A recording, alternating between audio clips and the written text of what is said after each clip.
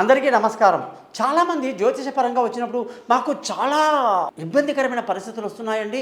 మేము ఎంత కష్టపడ్డా వ్యాపారంలో కానీ, ఉద్యోగంలో కానీ మాకు నరదృష్టి వల్ల బాగా ఆరోగ్యపరంగా ఇబ్బందులు, ఆటంకాలు, అడ్డంకులు, తీవ్ర నష్టాలు కూడా ఒక్కొక్కసారి జరుగుతున్నాయండి. మరి ఏమిటి ఇదంతా అంటే జాతకంలో చూసి మేము చెప్పాం. ఏమండి గుడ్లగూబ చూస్తే మంచిదా, పిల్లి చూస్తే మంచిదా అని అడుగుతారండి. మన సంగతి ఏంతో కానీ మిమ్మల్ని చూసిన తర్వాత గుడ్లగూబ చస్తుంది, పిల్లికి అనారోగ్యం వస్తుందని చెప్తా. మన దృష్టి అంత దరిద్రమైందండి. మన కళ్ళలో నిప్పులు పెట్టుకుంటామండి మనం. పాపం ఆదివారం రోజు ఒక ఇంటికి వెళ్ళా. ఎంత అద్భుతంగా అమ్మాయి, మా అన్నయ్య కూతురు, చక్కటి ఇల్లు కట్టింది. 2 ప్యాలెస్లు అన్నమాట. గ్రాండ్ ఐటీసీ హోటల్ కూడా అంత అందంగా ఉండదు, అంత అద్భుతంగా కట్టింది ఆ అమ్మాయి. తాను చాలా ప్రేమతో అందరినీ పిలిచి చక్కగా భోజనాలు పెట్టి, తాను వాడినటువంటి వస్తువులు కానీ, తను వేసుకున్న కర్టెన్స్ కానివ్వండి, ఇంట్లో ఉన్న కుళాయిలు కానీ, బాత్రూంలు, టబ్బులు ఎంత అద్భుతంగా చూపించిందంటే పాపం లక్షల్లో ఖర్చు పెట్టుకుందనమాట అమ్మాయి. మరి మనం వెళ్ళి ఏం చేయాలండి? బాబాయ్ స్థానంలో నేనేం చేయాలి? చక్కగా ఉండమ్మా, సంతోషంగా ఉండమ్మా, హ్యాపీగా ఉండమ్మా అని అంటాం. కానీ ఎంతమంది అలా నిజాయితీగా ఉంటారు చెప్పండి? ఏడ్చే వాళ్ళు ఎక్కువ.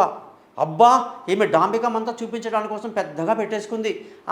ఏముంది లేండి, అపార్ట్మెంట్లో ఇంత ఇంత డబ్బు ఖర్చు పెట్టడం, దీని బదులు ల్యాండ్ కొంటే, ఏ పొలమో కొంటే బాగుంటుంది. కానీ ఇంకొకళ్ళు అదేమిటి, తను పిలిచింది మన మీద ప్రేమతో కాదండి, తను డాంబికాన్ని చూపించుకోవడానికి కోసం పిలిచింది.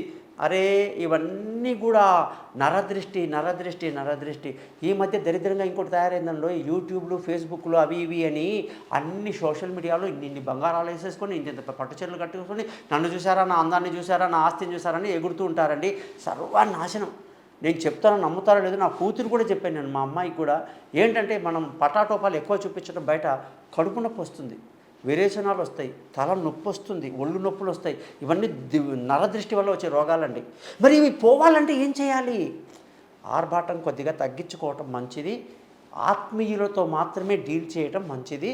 బయట వాళ్ళకి పిలిచి, ముఖ్యంగా మన శత్రువులు ఉంటారు, వాళ్ళకి పొరపాటు కూడా మన యొక్క విషయాలు చెప్పొద్దు.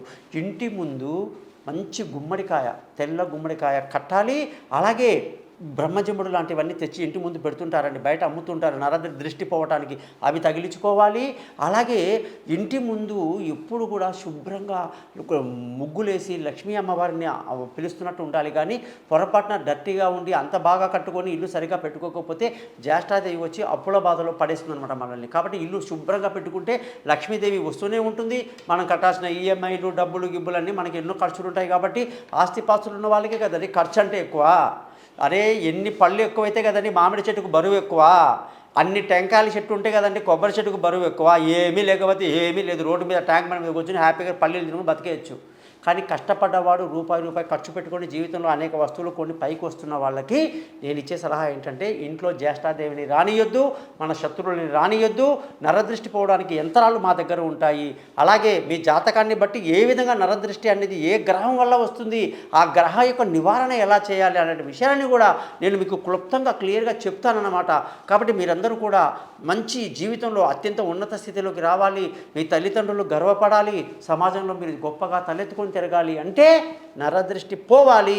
నరదృష్టి పోవాలి అంటే మీ జాతకంలో ఏ గ్రహం వల్ల మీకు ఈ ప్రాబ్లమ్స్ వస్తున్నాయి అని నేను మీకు క్లియర్గా తెలియజేస్తాను. మీరందరూ కూడా పైనిచ్చిన నా నెంబర్లో కాంటాక్ట్ చేయండి. నమస్కారం, మీ గోపాలయ్య గారు.